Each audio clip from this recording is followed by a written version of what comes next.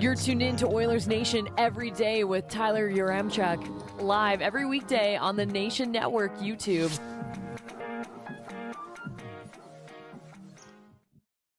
Back from the All-Star break and ready to go in the, unofficial second half of the season. Down the stretch come the Edmonton Oilers. Let's get into it with the lead. Welcome into Oilers Nation Everyday, streaming live on the Oilers Nation Facebook, Twitter, and on the Nation Network YouTube. Happy to have everyone back in the chat after a weekend off, an All-Star weekend off. We are back comfortably in the Sports Closet studio. They got reverse retro gear there and there. Just because the Oilers aren't wearing it again doesn't mean you can't pick up the swag. They got sweet jackets, sweet merch, sportscloset.ca. Also, Super Bowl, Eagles fans, Chiefs fans, whatever you need, Sports Closet has you covered. Check them out online or in one of their 3 locations in the Edmonton area. Tomorrow is a Sherwood Ford Giant game day on the show as well. That logo will be right there. Oilers Wings tomorrow. We'll chat about that a little bit. We're also going to be joined by Daniel Nugent-Bowman, DNB from The Athletic. He's going to swing by, make his show debut. Me and him have been talking for a long time about doing something together, and finally we were able to make it line up. So DMB is going to hop on the show in about 15 minutes to chat about deadline and things like that. Our guy Rusty is in with the first comment of the day. He says, game day tomorrow. I'm so excited. I've missed Oilers hockey. I'm so stoked to have it back. It's going to be a fun push to the playoffs. It absolutely is. But before we look forward, I want to look back a little bit, and I'm going to bring in Liam, who... Liam, you, I think you won our bet about the skills comp, didn't you? I did. I got the Ovechkin one, Ovechkin and Crosby, and I can't remember the other one I got. Do you remember? I got it doesn't matter because I was wrong on every single one of them. So I have got the perfect outfit for you, Tyler. The perfect outfit. Do you have a day this week I'm going to have to do it? I was thinking about that. I was thinking maybe... Let's not do it tomorrow. Let's maybe do it Thursday. I was going to say, don't do it on the day Frank's on the show because he would kill me. But if you missed our show on Friday, Liam and I picked winners for every skills competition event. And the agreement was whoever gets the most right gets to choose an outfit for the other person. So we're going to commit to Thursday? Let's do Thursday. I think that's a good day. Sounds good. I love it. It was All-Star weekend. I had a good time down in Florida. For me, the best moments were anything that didn't involve an actual on-ice event because those flat out sucked. Did you spend any time this weekend watching this stuff, Liam? I watched the Pacific play on Saturday against who they play, the Central, and that was kind of about it. And just saw highlights throughout, and I thought, man, this looked fine at best. At best. So the game itself, I actually didn't have like a huge beef with. I thought, it's 3-on-3, it's whatever. I do think the players could maybe try a little bit harder. It just seems like there's not a ton of buy-in from these guys. But I mean, come on, they're in Florida. They got time off. They're going out. I think energy levels were a little bit low, especially by the time you get to Saturday, and they've all been in Florida since Wednesday or Thursday. So again, some of the plays like that, right, a little flyby, whatever. The skills on display, at least in this game. And when there are chances, they pull off some pretty nice plays. And I think that's fine. The skills competition is actually what I had the biggest beef with in this whole thing. And no, I'm not going to sit here and be like, oh, it's garbage that McDavid didn't win the accuracy shooter and Kadri was over the line. He was cheating because, I really don't care about who wins the events. But that evening is a chance to do a handful of things. You can... it's a spectacle in the sense that you can showcase the skills for players. I love this. An arrow pointing to where he's releasing the puck from. Hell yeah. We're salty. Oilers fans are salty. That's fine. But it's a chance to not only showcase the skills these players have, and you can do that. Like McDavid going 4 for 4 here, that's sick. That kind of video going viral is great for the league. It's also supposed to be a bit of a chance to show off some personalities from players around the league. And you want it to be action-packed. There you go, Kadri. This is ridiculous. You want it to be action-packed. And I just, both his feet are above the line. It's ridiculous. Whatever. Like I said, I really don't care that much about it. It's supposed to be action-packed. Instead, the NHL drags this thing out over 3 hours. And I get that, ESPN wants that long, fill more ads, sell more, blah, blah, blah, good for business. But it's actually not really good for business if people are just tuning out after an hour because they're bored as hell. People in the arena were leaving halfway through this thing because they were bored as hell. So I actually have ways that I think they can fix the skills competition. One would be you need some sort of buy-in from the players. Like when they were doing that little breakaway drill and guys were just lightly tapping it around, it was garbage. It was boring to watch. I would get rid of the fastest skater event. No more. Do we really is that really showcasing skills of the players? Like, oh, this guy did it in 14-1, this guy did it in 14-3. It's just not that exciting, and the players clearly don't want to do it. Bunch of guys opted out, Kaprizov and McDavid. I think you could skip on that event as a whole, pick some more unique events, and shorten it. This thing should be 90 minutes tops. And I just felt like sitting in the arena, it was like, okay, so they do fastest skater, and then ESPN goes to commercial break. And in the arena, everyone's just kind of more or less sitting there. And they're like slowly changing up the events for the pre-taped events, which were the one on the beach and the one on the golf course. I like those. I think they're neat. Showcase the city you're in a little bit. Why not? But they would play those, stop playing them, and then begin setting up for the next event. Like it needed to move a lot quicker than it did. So I don't know. I give the skills competition like a giant F on not just the NHL, but on the players too, because you need to understand your role in this. Go out there and like try a little bit. Yeah, you got your beers in your bio steel cups and the goalies were sitting there with red solo cups. That's hilarious. I love it. Get a beer partner next year and actually just let the players crush beers on the ice. It'd be great. But then it needs to lead. The trade-off needs to be, if you're the players, actually look like you're having an ounce of fun and not just out there like serving a sentence.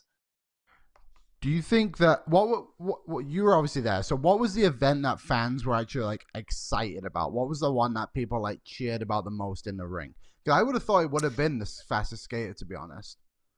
No, like the fastest skater really didn't. This one we're watching right now with Stuart Skinner scoring the goal from the other end, the fans were oddly really into the goalies shooting from the other end of the ice. But then this part of it was just brutal, like 3-on-0s. Who cares? Why are we even doing that? I think you could make things way better. I think one thing that would get the fans involved and also get the players going a little bit is do like a 5v5 sort of relay, which I know they've done in the past, right? Where guys had to like saucer pucks into the mini nets. But take $250,000 and spread it out amongst the event winners, right? Like take 50 grand for kind of your biggest 5 events. I know it's like a small sum of money for those guys. If it's like, hey, for the 5-on-5 relay, every player is getting 10 grand. But then for the players, there's a little bit of juice behind that. And, you give it to a charity after you look good. Like throw some money behind the skills events. Do something to get the players actually caring a little bit. Because listen, I get, and I'm a big proponent of like, you do not need to make the all-star game mean anything from the perspective of like playoffs or what. It's not supposed to be meaningful, but it does need to be a showcase and there needs to be a bit more buy-in. I was disappointed on the all-star events, even though the weekend in Florida, I think the NHL did a really good job taking advantage of the beach. They really activated kind of the entire community in Fort Lauderdale. Gary Bettman said it was a record for them in terms of the amount of guests they had as a league come down for the event as well. So again, there was a lot to like, but the events themselves sucked. I guess some like closing thoughts on it. I think the best way for the NHL to actually get the most out of the skills competition is to actually have players that want to be there. It doesn't need to be the actual all-stars. The NBA does the exact same thing, and their skills competition is fantastic every single year. The slam dunk contest is probably one of the biggest events in sports every year, no? Like, people want to watch that because they actually have players that go to it and that care about putting on a show for the fans. Like you said, like, players don't, like, McDavid dropped out with the fastest skater. Everyone knows he's the fastest skater in the NHL, but he didn't even want to be there. So it's just about stuff like that. Like, you need guys who want to participate. Like, Trevor Zegras and Jack Hughes did a great job last season in the breakaway challenge or whatever they did, right? That was entertaining. This year we had David Pastrnak dress up as, what was it, Happy Gilmore and slightly tap the puck into the net. Like, the Kachucks call out all these guys and then they all just sit there and don't even participate. And it's just like, what are we even doing here? How is this television? You're just wasting people's times. But I think it's just a way to do it. The game itself kind of is what it is. I wish there was more to it though. Like, you didn't just, like, there should be more to it. Like, teams that can't just play once and get eliminated. Like, people go there to watch McDavid and Draisaitl and whoever else, right? Crosby, and then they're all done after the first round of games. Like, come on. Like, there's got to be a better way to actually get players moving. Like, wasn't the skills competition was probably longer than the actual games, no? I think the games, it started at 3, and I didn't get out of the rink until 7. So it was about, they were about the same. They're both about 3 hours. That's too long. That is way, way, way, way, way too long. The 20-minute games are cool, but you need to have the first and second ones be like bang, bang. They're done in the first hour. Do Fallout Boy. The final's done, and it's a 2-hour event. Again, it just, everything was dragged on. Like, they would play in that 3-on-3 for like 3.5 minutes, and then they'd come out to shovel the ice. I'm like, the players are barely skating. Why do we need to shovel the ice? It's a 10-minute period. It's fine. Just let them play the rest of the half and then do a dry scrape. It was just a lot of really kind of weird stuff this weekend, and stuff that I don't understand why the NHL did it the way they did, even with the skills comp and like the whole advancing to a final later that evening. Okay, so the NHL's perspective is like, oh, we're going to build up drama, right? But no one's like, oh, moving to the edge of my seat. Boy, I can't turn away because I need to know who wins between Svechnikov and Fiala and the fastest skater. I can't sleep. No one cares. The excitement is in the moment. Fastest skater, boom, done. There's your winner. Accuracy shooter, boom, done. The moment of McDavid walking off the accuracy shooting, going 4 for 4, if the event would have ended then and McDavid won, it would have been cool, man. The arena would have gotten into it. They did kind of get into it when he went 4 for 4, but like then you try this gimmicky head-to-head thing. Like, I don't know. Just a lot of it. I know Loomis says it's so they run ads. Yeah, sure, but you're weakening your product. Yeah. I guess quickly before we get to Daniel Nugent-Bowman, Tyler, you were in the room when Gary Bettman did his press conference and they announced Toronto and everything. Like, what did you kind of think of all that? What was the reaction around what he actually said that day? Because didn't he actually announce that the All-Star game would be 2014 in Toronto? He did. He said, we're happy to announce the 2014 All-Star game's going to Toronto. And then like there was a pause and everyone looked at each other and Bill Daly was like, 2024.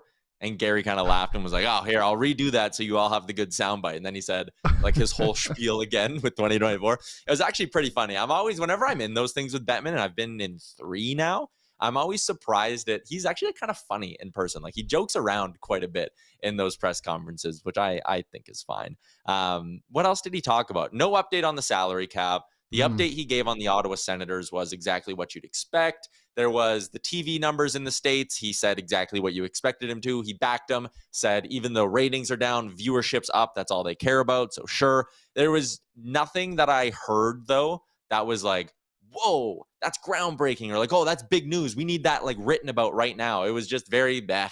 I liked that some of the media pushed back on him with the Provorov and the New York Rangers thing. I think that was good. But again, Bettman gave the responses that they were lawyered up responses is what I felt for a lot of that. So no real updates. I don't know. It was just, Yeah, that's kind of what it felt like. It felt like the biggest news was the fact the All-Star game is now in Toronto next year, and then Twitter just expanded to how are we gonna make it so like they do the stuff outside, and most people suggested just dunking the players in a river if they miss the shot or whatever. So we'll see if that one occurs. Dan O'Toole actually had a good idea, and he brought up, man, do it at the Rogers Center, do it at the Sky Dome, and he said for the skills comp, you could actually have like all the events like pre-set up in different spots. Bag Milk's trying to throw me off right now on the other side of the room, and I'm trying to get through a point here, BM, trying to do a live show. But you could have all the different events like pre-set up, and then the game could be in a dome with like a bunch of people. Maybe it helps the atmosphere. I don't know. I thought that was a decent idea. And I think we've spent more than enough time talking about All-Star Weekend, though, because it don't matter anymore. The Oilers are gearing up for the second half of the season. The playoff push is on. If you still believe the top spot in the division is up for grabs, and sure, the race for the top spot in the Pacific is on. And to chat about it all, we have our friend Daniel Nugent-Bowman from The Athletic, whose appearance is brought to you by Star Mechanical, one of the top new home plumbing installers over the last 20 years. DNB, welcome to Oilersnation Everyday. How was your time off? How was your break, man? Well, I have 2 young kids, so that was my time off. And I know you're talking about All-Star Week or weekend. I hope you don't ask me too many questions because I didn't watch much of it. So I hope you had a fun time down there, Tyler. But yeah, it was a good excuse to go skating with my daughter, and I don't know, do other things that dads do on the weekend. Do literally anything but watch the All-Star events because they were brutal. When I was down there. When I rank my favorite moments of the weekend, whatever number is on that list, the last one is skills competition and second last is the actual game. Like the festivities are fun, but the on-ice product themselves are just kind of junk. So we can put those in the past. Coming out of the break, though, I was chatting a little bit with McDavid and Draisaitl down at All-Star, and they both kind of said, like, for the team, the break kind of came at a bad point. They were building up a lot of momentum. What do you think I'll just say the state of the team coming out of the break here? Do you think there should be any concern that maybe they have kind of had that momentum zapped? I mean, you could think of it that way. My counter would be, I mean, this could be the easiest road trip in the history of the league coming up. 4 games against teams that have no chance really to make the playoffs. So I guess Ottawa has a small outside chance, but really, I mean, if you can, 8 points are on the table here, you got to get at least 6. I mean, if for a team that had the success going 7-0-1 ahead of or before the All-Star break, to have this coming out of it, and even so, I mean, there's only a couple of tough games the rest of the month. This is a really big time for them to make some hay, and they've already caught up early in the division. But I would think by the end of the month they could be in first place in the division. So I get what McDavid and Draisaitl would have been saying there. It's a fair point, but my counter would be that they have some a lighter schedule coming out of the break and for the rest of the month that they can really put themselves in a good spot ahead of the trade deadline to convince their GM to maybe make a move or two. And we'll chat about some potential moves here in a bit. The break also gave them maybe a chance to get a little bit healthier. Do you have an update? Was there any update on Tyler Yamamoto down at the skate recently? Well, he did. He has been skating. He started to skate obviously before the bye week. He skated yesterday and today. From what I understand, he has made the trip out east with the team, and the earliest he would be able to return would be Sunday. So, I mean, there's still 3 games between that time. Anything could happen. There could be another injury, like who knows. But the key, obviously, point for is when Yamamoto comes back, when he's able to come back, when he's cleared to play, they're going to have to make a move. They have to clear some cap space to be able to activate him. He makes $3.1 million for this year. That's his cap hit. According to Puckpedia, they have $1.125 million in space. So they got to clear, they're closing in on $2 million worth of room to be able to activate Tyler Yamamoto. Everyone knows the names that are mentioned most often when it comes to trying to create cap space, and that's Jesse Puljujarvi, to almost the same extent, but maybe a little bit lesser, Warren Fogle, and then there's some bit pieces that you'd have to kind of get rid of more of them, guys making less than $1 million to have that equate and to be able to activate Yamamoto. So yeah, there's some interesting decisions to be made over this next week, and the way Yamamoto's going, and again the fact that he has made the road trip to be activated at the earliest Sunday, the last game of the trip, means you would think he could be going as soon as Sunday. So you got 6 days or so to figure this out and create some room. So Ken Holland and Jay Woodcroft have a lot to think about. This team's really turned it around in the last month. You mentioned 7-0-1 before the break, and McDavid made a comment over the weekend that he felt like the game that really turned around their season was actually that loss to LA when they were really good at 5-on-5, but the PK was junk and the power play was terrible. What I pulled from that game is they seemed to wake up and feel like they could start standing up for themselves and for each other. We had the 3 fights in that game with Kostin, Hyman, and Jesse Puljujarvi. When you look at this team as a whole over the last month, what have been kind of the big changes or things you attribute to them turning their season around? Well, I'm not a big fight guy, but I think the point that you make, Tyler, about team toughness is a good one. I mean, they now have a bunch of guys that are willing to stand up physically. Obviously, Evander Kane coming back is big as well. So now you look up and down the lineup, and there's some guys that have a bit more heft to them. So you look at Vincent Desharnais. Certainly, Klim Kostin has come in and been a big factor in that regard. I mentioned Kane. Yes, Puljujärvi, although he was their fight leader for a time, certainly not a guy that you would think of in that regard, but certainly a very physical player who doesn't get enough, I don't think, credit for that. The way he battles in the corners and hits guys. Darnell Nurse, they have some guys. I would obviously I mentioned the kind of the strength of schedule or lack thereof being to their benefit. That certainly helps. But getting Kane back's been huge. Also having, they've used, I think since that time or shortly thereafter, they've used 11-7 exclusively. And I think that really works well for this team as they're trying to figure out themselves and ahead of the deadline. You're trying to work in a guy like Vincent Desharnais. They've been able to use him a little bit with Nurse, a little bit with Brett Kulak. The emergence of that bottom pairing, Bouchard and Broberg, has been really positive. Ryan Nugent-Hopkins, I wrote about him just before the break, or during the All-Star week break, rather. Just his ability to drive a line has been more prevalent than any point really in his Oilers career. And now he's on a second/third line, depending on how the lineup shakes up. Generally with a guy like Klim Kostin, who was basically an outcast and a lost player for the Blues, and Matthias Janmark, who's been a journeyman player, a defensive player his whole career. So yeah, I mean they're obviously shooting above their career norms, and there's going to be some regression there, but Nugent-Hopkins' play has been tremendous. I think kind of an underrated or underappreciated point of the Oilers season. And obviously, the big guns continuing to do what they're doing. So there's a lot of factors. Jack Campbell too, playing a bit better finally. I think there's a lot of factors that have worked to the Oilers' benefit over the last few weeks, and I think there's no reason to think that most of them can't continue, for the rest of this month.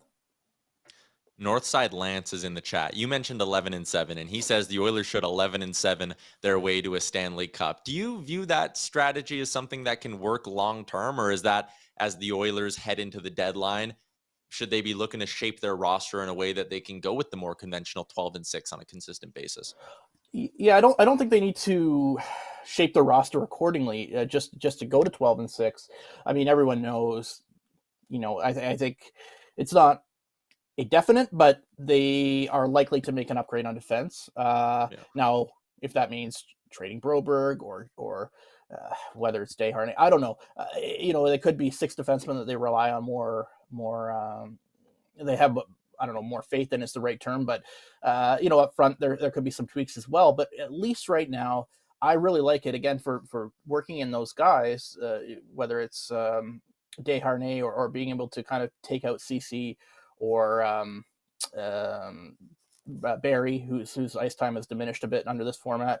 But it also up front, it allows obviously Nugent-Hopkins, to move up from having, being with Kostin and Janmark to playing a more offensive role, so he doesn't have to exclusively play with those guys.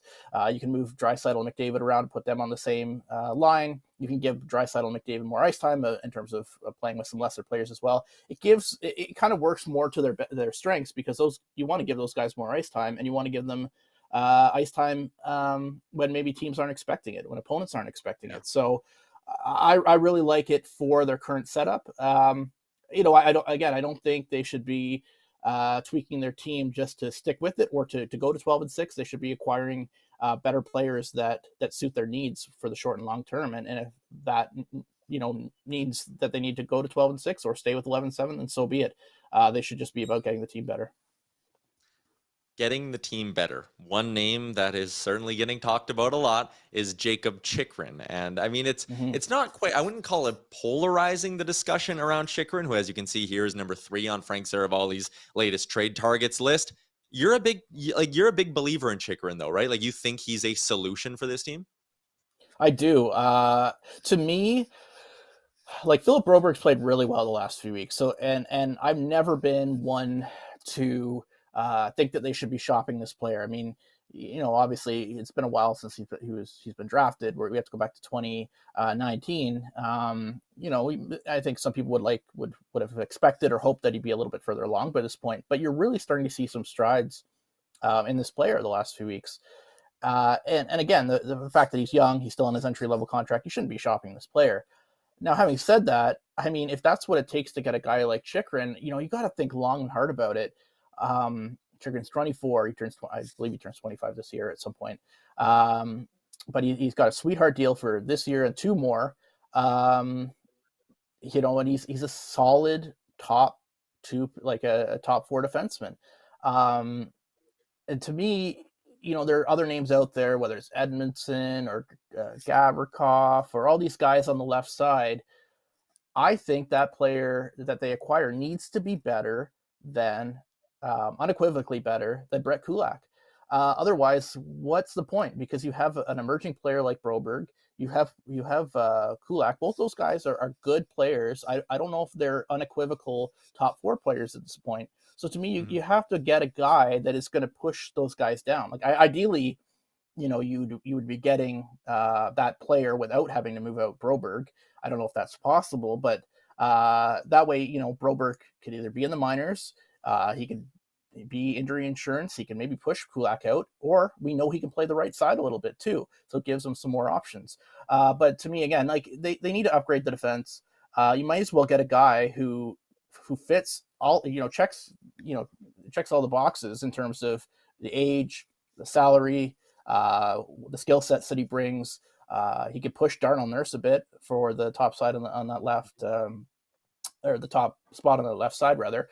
I do get, there are some fans that think that, the number or the right side of the defense is just as much of a problem as the left, and I would take that. But I just don't see how, with the team's unwillingness to trade Tyson Barrie, where we got 2 more years under contract in terms of what the Oilers have, rather, of Cody Ceci, and unless you want to move out to Evan Bouchard, I don't see that right side really getting tweaked. So you're left with the left, and to me, if you're going to get a left side defenseman, it's got to be someone good, and to me, that's Jacob Chikrin. Yeah, unless they stick with the 11-7 approach and you're getting a lefty who is going to almost like platoon with Kulak in a way. You keep Broberg in the lineup. But I agree with you with the take on the right side. Like, I just look at that and I go, Cody Ceci's fighting it a little bit right now, but there was a stretch early in October where I felt like he was their best defenseman. Tyson Barrie, if you look at the year as a whole, has somehow been their most consistent D-man. You could argue at both ends of the ice. It's been crazy how well he's played this year. And I'm not a fan of giving up on guys like Bouchard either. So the left side, I think, is where they got to focus. A couple more deadline-y ones for you. I'm going to give you 3 areas that I think the Oilers need to upgrade their roster. And I want you to rank them in the likelihood that you think they'll happen. So I will say a good middle 6 center, a depth winger, and a defenseman. Rank those. Well, defenseman to me would be number 1. Now, Again, I've reported that it kind of depends on how Broberg and Desharnais do. If they continue to play well, and there's some there's some kind of uncertainty about this theory because of, again, the strength of schedule. But if they do really well over these next few weeks or for the deadline, they might not do much at all on defense. Now, that's a bit of a gamble, but I still think they will upgrade the defense. Now, to me, I've been told that their next priority, for lack of a better term, is that center spot. I think there was some interest in Horvat, and clearly they weren't willing to pony up in terms of what the Islanders did, both in terms of prospect capital and all that, and a roster player, but also I can't see how they would have been able to retain Horvat at 8 times whatever it was, 8 or 8.5 that the Islanders did. So, the name I put out there, and I had heard that there's some interest in, was Jonathan Toews.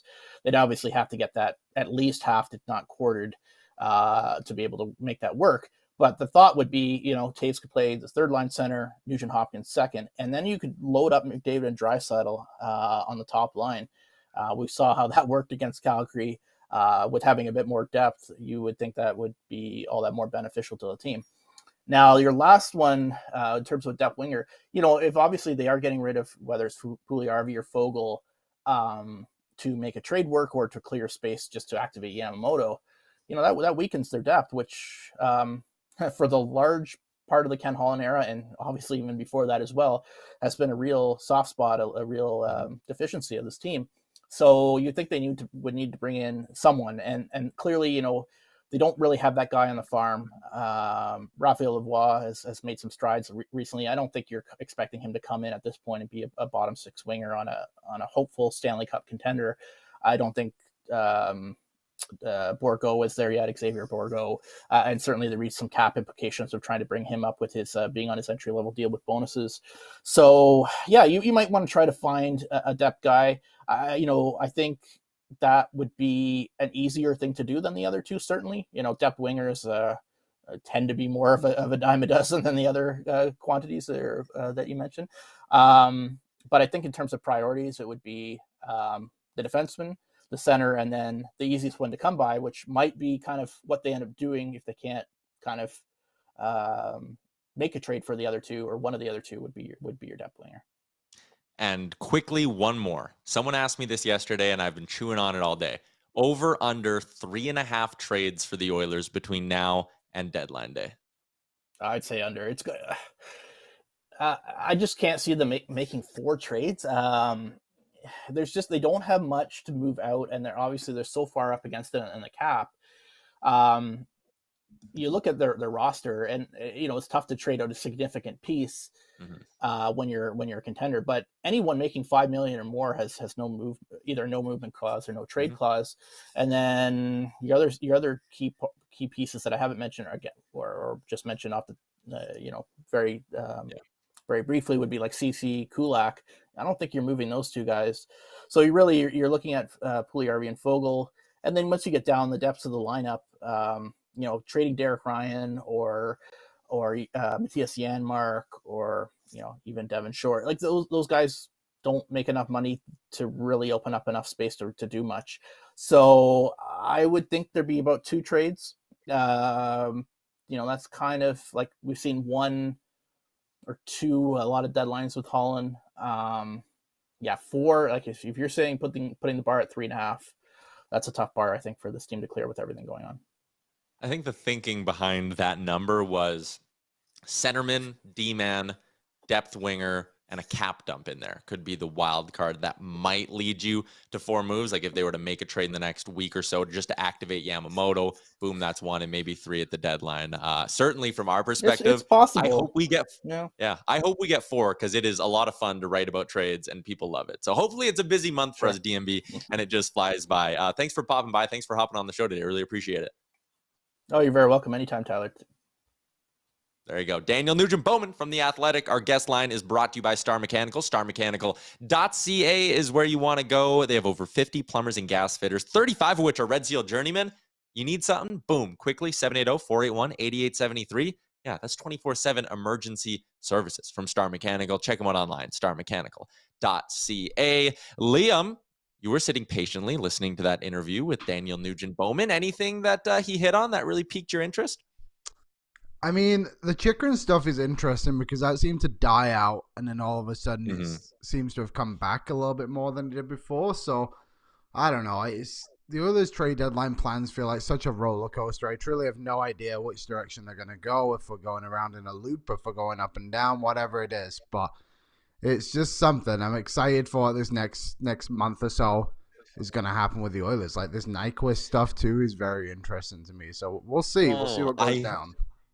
I think I am like getting yay close to firmly hitching my wagon to the Gustav Nyquist thing. As I sat there and thought more and more about, you trade Foegele. I don't think you can trade Puljujarvi because I don't think Columbus will want him.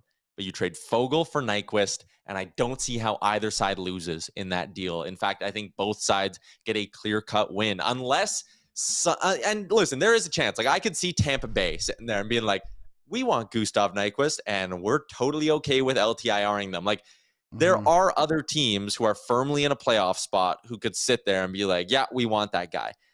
Are they going to give you anything of substance? And if you're Columbus, do you want Tampa Bay's 4th round pick? Or do you want a warm body that you could potentially flip at next year's deadline? Or it could just be a guy for you. It could be a player for you. I don't know. I think I like the idea of Gustav Nyquist in a cap dump kind of move, even if I'm the Oilers and I got to add to it. Like if Columbus is sitting there and is like, hey, we got some teams offering us 4th and 5ths. I'd go Foegele in my 5th for him. I'd go Foegele in my 4th next year for him. I would do a lot. I just think that could be a really unique way to build yourself some room. And Tyler Mulick says, isn't Nyquist expensive? But he's hurt for the rest of the regular season. So Cato says Tyler was 5 Bud Light Limes deep, whispering trade ideas to Connor to flip to Kenny. 100%. Connor? No, I'm kidding. But the idea is, Tyler Mulick, that Nyquist is out for the regular season. So if you move Fogle, you bring in Nyquist, LTIR, boom. You lose Fogel's cap pick and spend that on a D-man or a forward at the deadline, and then come round 1 of the playoffs, boom, you're ready to roll. So why not? Why not? I see nothing wrong with it. Someone just called me ignorant in the chat, and you know what? The chat blocked it. So no one else is ever going to see that comment. I'm not even going to hit show.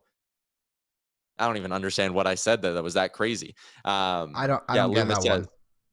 Yeah, I don't get that one either. It's very weird. People are talking about Cam Fowler. Listen, that guy has a no trade list that allows him to accept a deal to like 3 teams of his choosing. I promise you, the American-born defenseman who's playing in California does not have the Edmonton Oilers as one of the 3 teams he would accept a trade to. I don't think that's exactly a hot take either. Yeah, I can't see that one. I mean, the whole Jake McCabe thing too. Like, apparently all the Canadian teams on that list are on his no trade team or whatever. So it's just tough. I don't know. I do think Ken Holland has what it takes to get some stuff done here. I think he's got the right people, and it's not all down to him too. Like, you got to have the pieces around him. Then the others have those pieces in place now to go and make some magic happen and try and get on a deep Stanley Cup run here.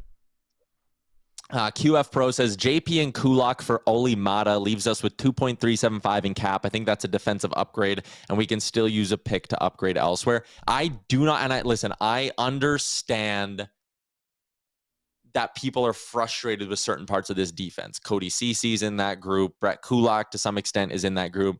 I don't think you're better if you sacrifice a piece off this roster. You need 8 defensemen to get through a run to the Stanley Cup Finals. You need to keep all your guys. If it means Broberg's your 7th defenseman, so be it. But I don't think you're a clear-cut better team if you acquire a D-man and move one out in the process. I know there was a lot of like, oh, you trade CC for Dumba. It's like, one, I think people have a really misconstrued idea of who Matt Dumba is as a defenseman. They remember him from junior. They remember his 50-point season, and they're like, oh, he can be like a Barry or a Bouchard. Listen, he's not that guy. And again, people want to move out Cece because he had a bad month. That guy was really good for us in the playoffs last year. He scored a big goal in Game 7 against LA, but he was good defensively, and he had to play on a pairing with a one-legged Darnell Nurse. Like, I just think people are really using this short-term window of just January and letting it shape their thoughts ahead of the deadline. And I think that's risky. The quality of competition has not been good. I get that. And maybe that's what makes struggles on the blue line from Cece and Kulak even more concerning. But I just don't know. I'm with you. I don't think Matt Dumba's the guy. He's literally getting healthy scratched right now on the Minnesota Wild. And I know people think that's because he's like a trade asset and they don't want to get him hurt. The teams just don't do that. I think players get healthy scratched because they're not playing well enough to be in the lineup and they're not helping teams win. You guys need to stop arguing and being mean to each other in the chat. So cool it on that, or else I'm going to start putting... I have the ability to put people in timeout. If I want to, I could just have you guys totally sit out. I think it's like 300 seconds where you can't comment. So you watch out. Everyone watch your mouth in the chat, or else I'm coming with the timeout hammer. Second half of the season starts tomorrow for the Oilers. Edmonton versus Detroit. The Oilers' schedule, like Daniel Nugent-Bowman said, it is one of the easiest road trips in the league this season. You go Detroit, Philly. John Tortorella just sent a message to their season ticket holders telling them that, hey, things aren't going well and we're in the building stage. That is a coach stepping up in front of the management and saying, I'll take the bullet for whatever's going to happen in the next month. They're selling off. So Philly is an easy mark. Ottawa is playing better, sure. Montreal sucks. You have 3 unbelievably winnable games and a 4th winnable game in Ottawa. You need to go pedal to the floor and win these things. We'll have a Sherwood Ford giant game day edition of the show tomorrow. If you want to learn more about our Sherwood Ford, boom, description of this episode on YouTube. We got a link to their website. I also looked around at the schedules of some other teams. So the Oilers come out of the break 4 easy games. The Seattle Kraken come out of the break tomorrow. They get the Islanders. Then they get the Devils. Then they get the Rangers. And then they go Philly, so an easy one. And then Seattle. That's their 5 out of the, or sorry, Winnipeg. That's their 5 out of the break. 4 pretty tough games in there with the Islanders having just added and signed Bo Horvat. The Vegas Golden Knights go Nashville, Mini, Anaheim, San Jose, and Tampa. So 3 tough games in there with teams that are at least in the playoffs or close to the playoffs. So there's some tough sledding for the other teams that the Oilers are close to in the standings. This is a good opportunity to come out of the break, shake off the rust tomorrow against Detroit, and then boom, charge ahead, have a good road trip. And I don't think it's out of the realm of possibility that by this time next week, on Monday the 13th, I don't think it's insane to think the Oilers could be tied for first in the division. When you look at the schedules for everyone, like a week from now, we could be sitting here saying Oilers Nation every day, Pacific Division leading Edmonton Oilers. When it happens, that'll be the title of the show. I'll make that the title of the show when it happens. Because I think it's very much in the play, right? Like, the Oilers are right there. You just listed off the schedule that everyone has. Like, Oilers got some winnable games coming up that they need to capitalize on. And somebody asked, I think, in our mailbag question this week, like, what are the chances? What do the Oilers need to do to, like, make the playoffs and win the division? It's like, just win your games you're supposed to win. And they've been doing that to their credit this season. Yeah, they have been. And you know what? The schedule is easy early on. Detroit, Philly, Ottawa, Montreal, Detroit again. But after that, giddy up. Rangers, Avs, Flyers again, Penguins, Blue Jackets, Bruins. Okay, you got to play some really good teams, a couple of Stanley Cup contenders in there, and 2 other legit threats in the Rangers and Penguins. It gets tough in a hurry, so it's going to be a really hard end of the month for the Oilers. It's just imperative that they start on the right foot. Let's wrap up today's show with our Betway wrap. Liam, there are 2 games I like tonight. One of them is taking the Tampa Bay Lightning against the Florida Panthers. I think that's a really intriguing spot. I have another one, but I want to hear your picks first. I did something I don't usually do, Tyler. I'm going to bet the under tonight. I'm going to bet the under in a Dallas Stars Anaheim Ducks matchup. The Stars have hit the under in 5 straight games. It's kind of nuts. Wow. They just they score enough to win and they just don't allow any. So they're just kind of a solid team all around. Anaheim, obviously one of the weaker teams in the NHL, playing against Jake Ottinger. It's going to be tough for them to even grab anything. So I could see Dallas just doing the business and getting it over with. And then the Rangers versus Calgary, it's Markstrom versus Halak. I still like the Rangers to beat Calgary, honestly, at home, first game back. Halak's been fine this season. Markstrom's kind of been fine as well, too. I'm just taking the better team in this matchup, and at minus 112. I don't think that's too bad. The Rangers have also won back-to-back games at home going into the All-Star break. I have a pick for that Stars-Ducks game. Okay. I shared it on Daily Faceoff Live today. I am rolling with, at plus 300, the Anaheim Ducks to beat the Dallas Stars. We're coming out of the All-Star break. Nothing matters. Today is going to be, I think, insane across the board in the NHL. Plus 300 in an NHL game is very good value on any team. Anyone can beat anyone. The Blue Jackets beat the Oilers as like plus 375 dogs. The Ducks won 3 in a row heading into the break and beat the Avs. The Stars have lost 3 in a row in overtime. Liam, plus 300 is the play. And you know what? I'm feeling a little frisky. Okay. Ducks reverse puck line plus 650. Come on. I think you're a madman. As long as the under hits, I don't care. You can bet all those if you want. But the Dallas Stars versus the Anaheim Ducks, I would not be putting my money on Anaheim. But if that's what your heart's telling you, Tyler, then you got to go with it. Listen, I'm getting a team on a 3-game heater at plus 300, and it's NHL hockey. I don't know. I think there's something about just betting on underdogs all the time that makes a lot of sense. So why not? Well, let me know how it goes. Yeah, I will. If that reverse puck line hits, I'm not coming into work tomorrow. I will be in. Well, no, we do have a show. It's a Sherwood Ford Giant game day tomorrow. Jay's going to be back for the first time in what feels like forever. I was bugging him about that earlier today. Some of you guys in the chat are saying it's a stretch. I don't think it's a stretch. I don't think it's a stretch at all. Come on. Loomis says we need 4 more likes in the chat to get to a Dylan Holloway number of likes. Yeah, hammer that like button right now before we leave on the show. Let's see if we can get that number going up a little bit here. Big shout out to Daniel Nugent-Bowman for joining us on the show. It was a pleasure getting to chat with him. Sherwood game day tomorrow.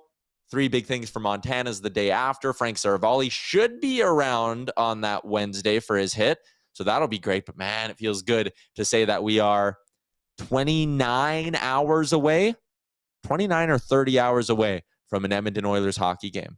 Feels good. Feels good. Liam, we'll chat about that and more tomorrow. New episode of Real Life coming up this afternoon as well. Enjoy your Monday, everyone. Enjoy the fact there's NHL hockey, and we'll chat tomorrow.